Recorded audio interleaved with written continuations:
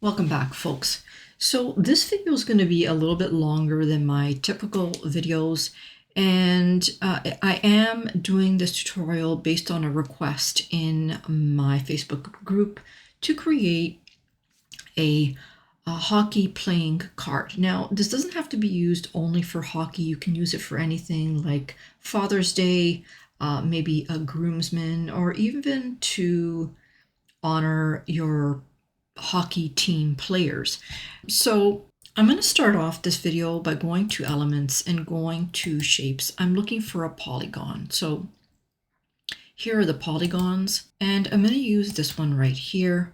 It can get kind of tricky working with polygons, but depending on how you're stretching them, it will make these corners wider or more narrower. So it really does depend on how wide you want your corners to be.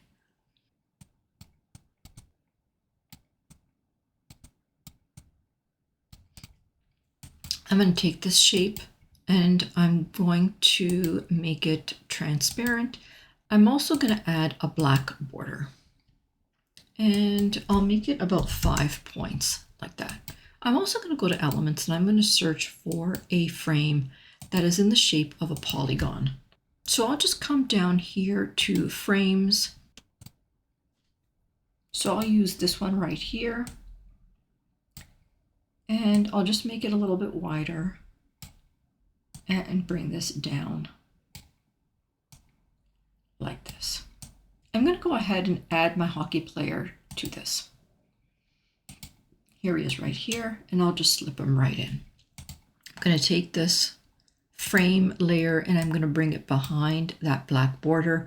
Why am I using a border plus, or a shape rather, plus the frame? Is because that shape, that polygon shape, is going to be part of my overlay. So I'm going to be working with that shape separate from the frame. I'm going to make a copy of this slide.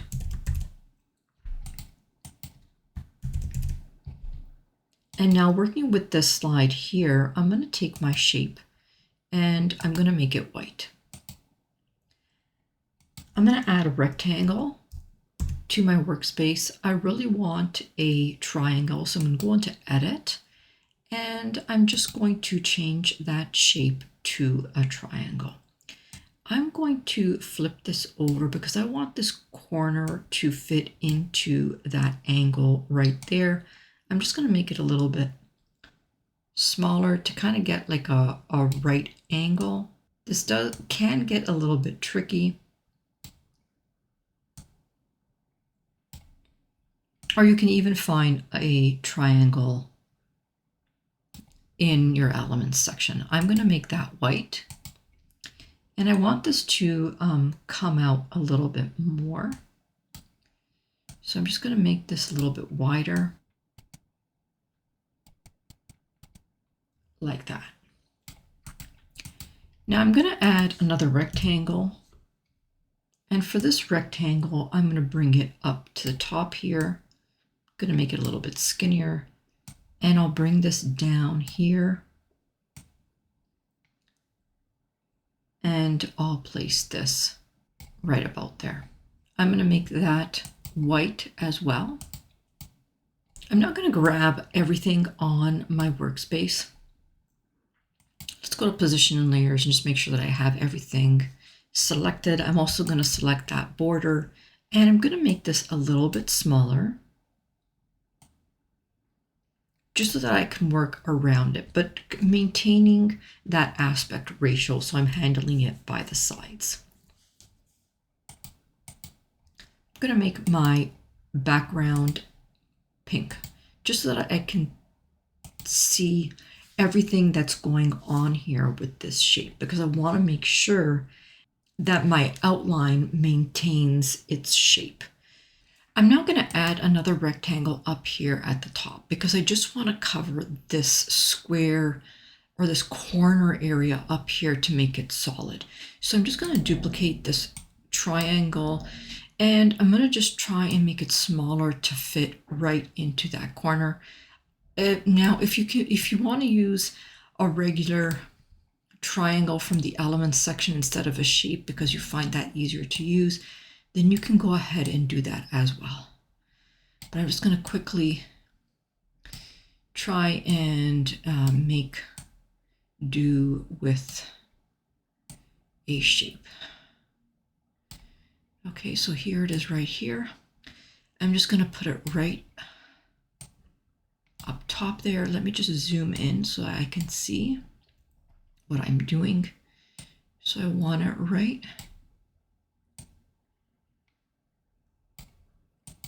there, and I want it to be a normal there.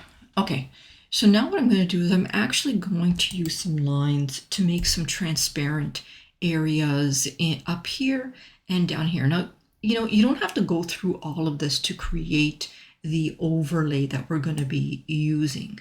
So if you don't want something so detailed and intricate, you obviously don't have to go through all of this. I'm going to take this line and I'm going to make it pink to match my background. And I'm going to make it a little bit thinner. Maybe I'll make it a 3-point like that. And I'm just going to crop it and I'll leave it right there. I'm going to grab this. I'm going to take a copy. I'll paste, and I'm going to grab that other one and bring it down here because I want to add it right over here like this.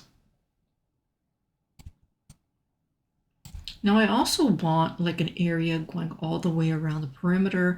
So what I'm going to do is I'm going to grab my triangle. I'm going to make a copy and I'm going to make it pink because I want the inside of my triangle to be pink and transparent.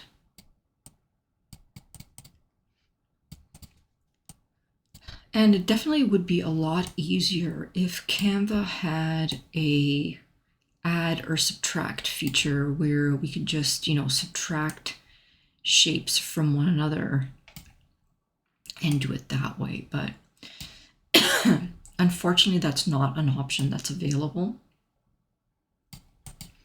So I'm pretty happy with that. So we're now going to proceed with the next step. And again, you don't have to make it so intricate with your overlay. So I'm going to take a copy of this page and paste it.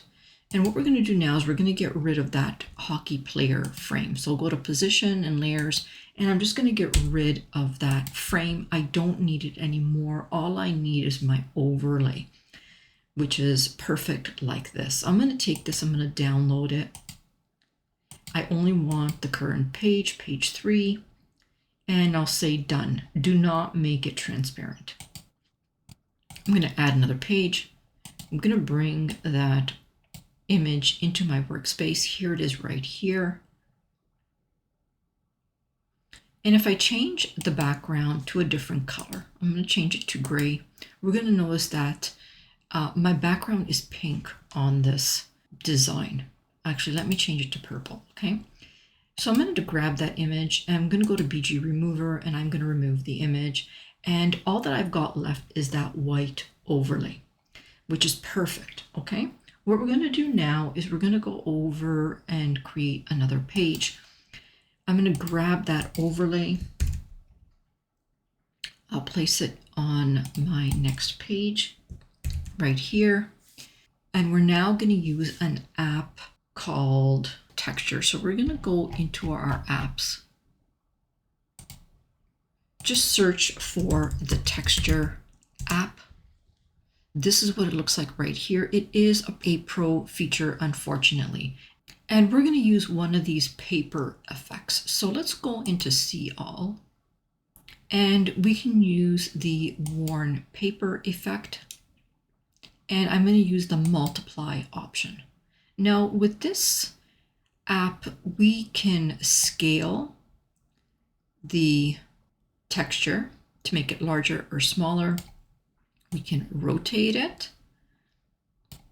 And we can also optimize the opacity of the image that's blended into our overlay.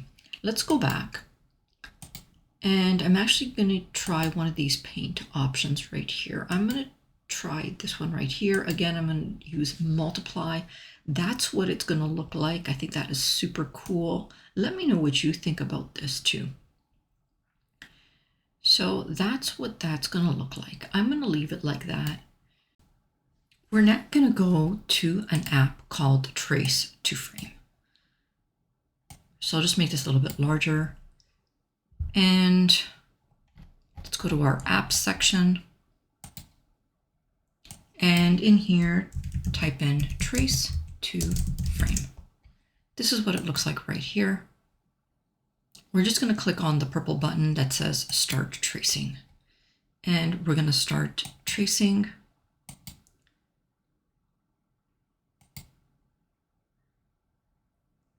Out our frame.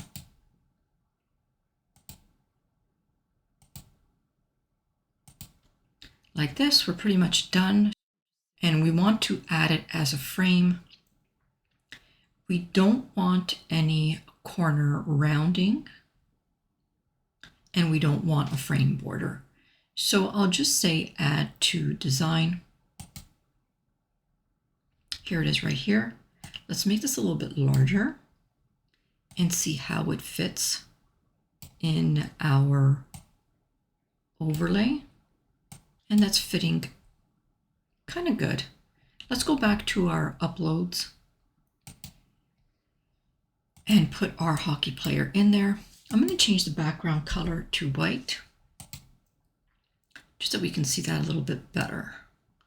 And let me extend that a little bit more. Let's grab our hockey player and move him behind our overlay. So there is our overlay right now. Let's add a background. So I'm going to go to Elements, and I'm going to search for a textured black background. I'll just add this one right here. I'll rotate this, and I'll just set the image as my background like this. Let me grab everything again. I'm just going to make it a little bit larger. Now, the one thing that this image doesn't have is it doesn't look 3D. That overlay doesn't look 3D. So let's go to page number 4. Let's grab this. We're going to make a copy of this page. And we're going to grab our background and we're going to remove it. We'll grab our overlay, and what we'll do is we will add an outline to this overlay. So I'll go to Edit. I'll go to Shadows, and I'll add an outline. I'm going to bring this all the way down to 1. And let's make this a little bit larger. Let's go to Share. Let's go to Download. I don't want it to be transparent. I only want page 5, and I'll say Download. Let's go back to our hockey player, and let's bring that image back in here. Here it is right here. I'm going to remove the background, and that will leave this outline. And now I'm just going to place it right on top to create kind of a beveled effect.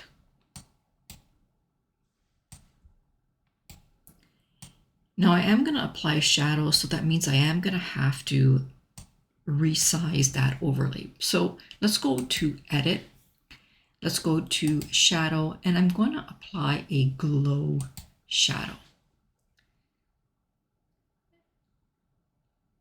I'm going to reduce the blur, and I'm going to reduce the size to about a 2, like that. And I'm just going to try and place it right on top to make it look better. Let's also change the color. Let's change it to kind of like a grayish color, like that. All right, so that is what it's looking like now. And now we can add a few more elements. So for example, if you wanted to add a hockey cup,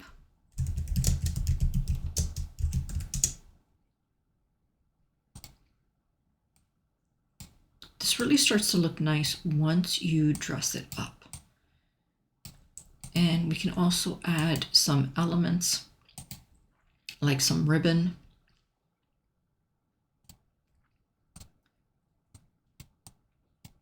go into color, and you know we have this new feature for gradient colors. That is awesome. At least I think it's awesome. And you can put some writing in here as well.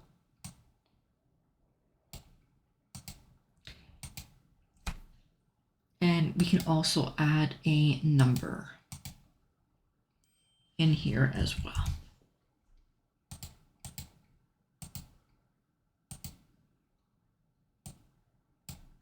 And put that right there. And if we want, we can even add a little bit of a shadow to that number just to make it stand out a little bit. So let's go to Effects, let's go to Shadow, and let's change the color of that shadow to black. Let's bring up the intensity, and that's what that would look like.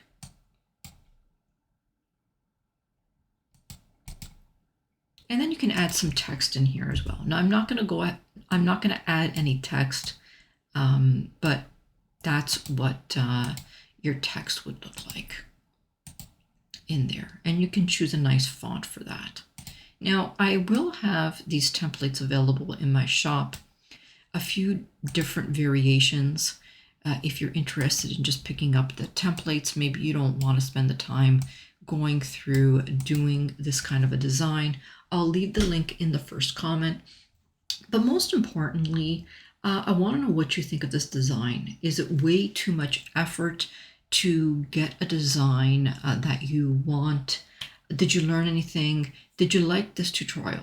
So if you did like it, if you did learn anything, press that like button, subscribe, and turn that notification bell on.